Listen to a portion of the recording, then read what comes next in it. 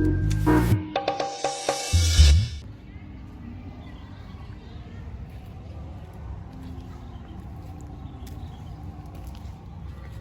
perkenalkan, nama saya Andre Purnama, NIM saya 12320501007, asal kelas dari kelas 1C, asal kelompok dari kelompok 4. Halo semuanya, perkenalkan nama saya Tegar Sumuro, NIM saya 12320501110.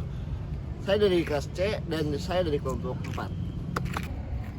Perkenalkan, nama saya Fikri Husain Febrian dengan NIM 123205092 dari kelas C, kelompok 4.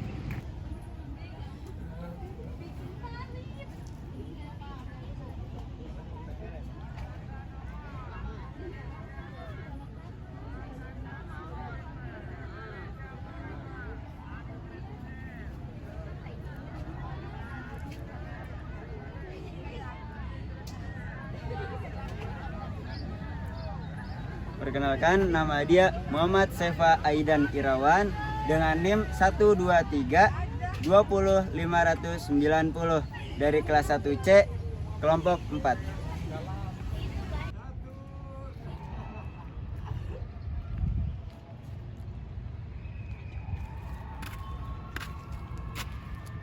Perkenalkan, nama saya Septi Yusdianti dengan NIM 12320500078 dari kelas 1C kelompok 4.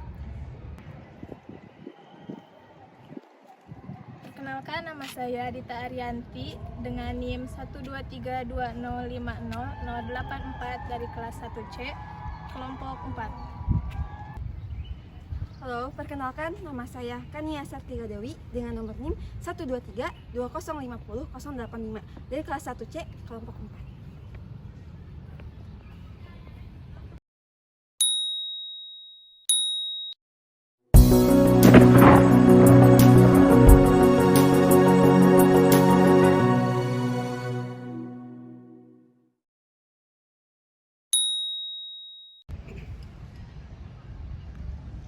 Saat ini ada kecenderungan umat Islam di Indonesia sering menggunakan pakaian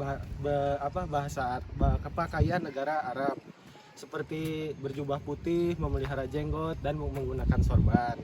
Mereka mengira dengan memakai itu memperlihatkan keimanan dan ketakwaan mereka kepada Allah Subhanahu wa taala. Dan itu juga adalah salah satu upaya mereka ittila, mengikuti jejak Nabi Muhammad Shallallahu alaihi wasallam. Di era saat ini makna berjubah sudah mulai berubah. Banyak orang yang menggunakan jubah di mana saja, oleh siapa saja, dan kapan saja. Padahal mereka tidak pernah ke Arab dan tidak pernah mengaji di Arab. Apakah ada yang melarang hal seperti itu? Apakah apakah harus pernah ke Arab untuk memakai jubah? Tentu saja tidak. Hal tersebut hanya untuk memastikan apakah mereka sudah layak atau tidaknya. Tetapi jika mereka memakai jubah, mereka juga harus menjaga filosofis tentang jubah itu, yaitu filosofisnya adalah menjaga diri dari kehinaan dan aurat lahiriah dan batiniah. Artinya, jika berjubah, kita tidak boleh lagi menampakkan sifat buruk kita seperti sombong, angkuh, karena jubah adalah simbol kebesaran akhlak baik seseorang. Sebagai bangsa Indonesia, kita seharusnya mengikuti para ulama Nusantara yang mengikuti keadaan di negara-negara lain seperti Arab yang memakai jubah, ya. Sebaliknya, kita dari belajar di negeri-negeri Arab, kita kembali ke keadaan seperti di Indonesia, kembali menggunakan sarung, menggunakan adat-adat yang ada di Indonesia. Apakah mereka membenci jubah? Tentu saja tidak. Kenapa? Karena jubah juga digunakan di Indonesia, seperti memuliakan tamu dari Arab, untuk imam, untuk kegiatan-kegiatan yang bersangkutan dengan negara-negara Arab. Dan selebihnya tidak ada agenda dari negara datang dari Arab, negara-negara yang datang. Selebihnya itu kembali ke adat yang ada di Indonesia. Bahkan banyak sekali para kiai tak menampakkan bekas dia mengaji atau tinggal di Arab.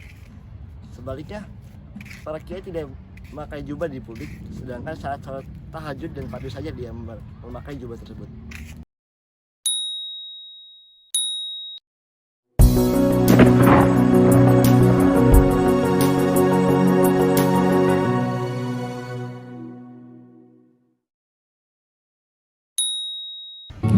قلبي نادالك بحني فيهم تعالى ودك روحي بس تعالى اللي بحبك قرب طمن قلبي عليك.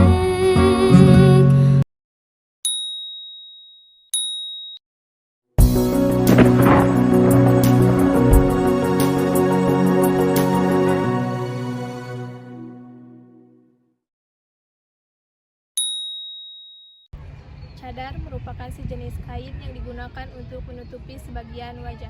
Niqab adalah istilah syar'i untuk cadar. Cadar digunakan oleh sebagian kaum muslimah sebagai kesatuan dengan jilbab. Cadar masih sering menjadi perbincangan dan kontroversial di berbagai negara karena cadar sering dianggap sebagai penindasan terhadap kaum wanita. Namun, tahukah kamu bagaimana sejarah penggunaan cadar? Sejarah penggunaan cadar bermula dari zaman jahiliyah di Arab. Pada masa itu, perempuan Arab yang berasal dari kalangan kelas atas menggunakan cadar sebagai tanda status sosial. Dalam konteks Indonesia, penggunaan cadar dapat dianggap sebagai bentuk ketaatan terhadap ajaran Islam. Namun, bukan berarti wanita yang tidak bercadar tidak beriman atau tidak taat. Karena setiap orang memiliki hak untuk memilih yang tepat dalam menjalankan agama dan kepercayaannya. Pada beberapa negara, penggunaan cadar masih saja menjadi perdebatan karena masih dianggap sebagai bentuk penindasan terhadap wanita. Padahal, hak tersebut tidak bisa diterapkan secara universal karena setiap negara memiliki budaya dan kebiasaan yang berbeda-beda.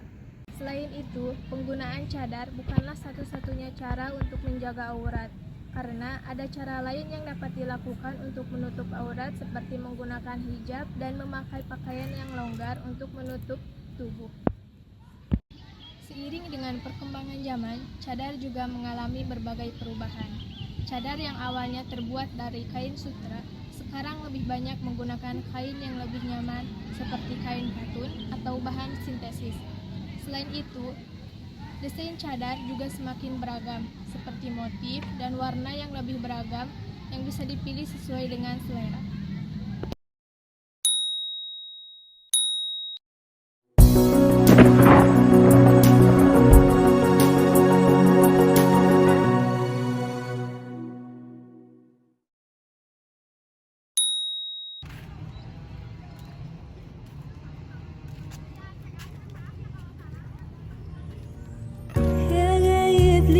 تسأل أحبابك اللي يحبونك ويناموا الليل عيونك.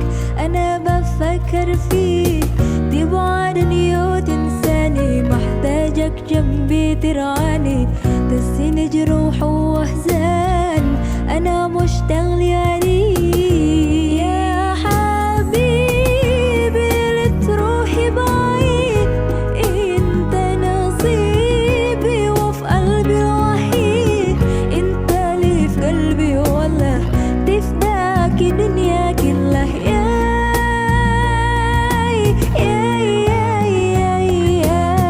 حبك غير حياتي نسيني جروح وحد فكرني بكل خيال خيالي نور انت غرامي كله والشمس عمري ويذل وصلك هالعالم كله حبك متوه. يا حبيبي لا تروحي بعيد انت نصيبي وفي قلبي وحيد انت لي في قلبي والله تفداك دنيا كلها.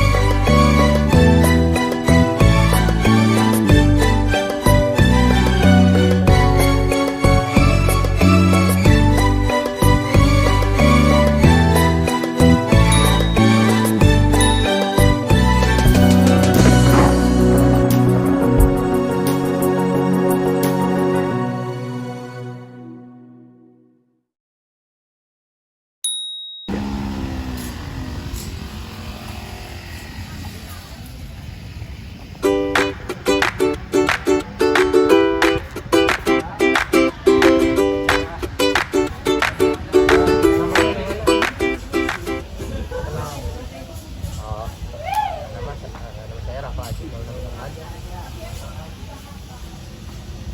Ada apa ya? Nah ini mohon bantuannya untuk tugas UAS SPI Kang. Nah, Oh, saya wawancara ya. boleh. Untuk pertanyaannya seputar jubah. Nah, apa yang akan ketahui tentang jubah? Setahu saya ya, jubah itu pakaian adat muslim yang berada di Timur Tengah. Itu ada dua jenis, ada buat cewek sama ada buat perempuan sama laki-laki. Kalau buat pemakaiannya yang cowok gimana Kang keadaannya? Biasanya itu kan itu pakaian adat Timur Tengah. Biasanya itu kalau di luar negeri di negara-negara Timur Tengah itu biasanya bisa dipakai sehari-hari. Saya kan pas di Arab kan sering memakai baju itu. Tapi kalau di Indonesia sendiri apa ya? Seringnya itu ketika ingin beribadah kan tidak hanya pakai sarung juga, pasti ada juga yang pakai gamis. Terus biasanya juga dipakai oleh kiai.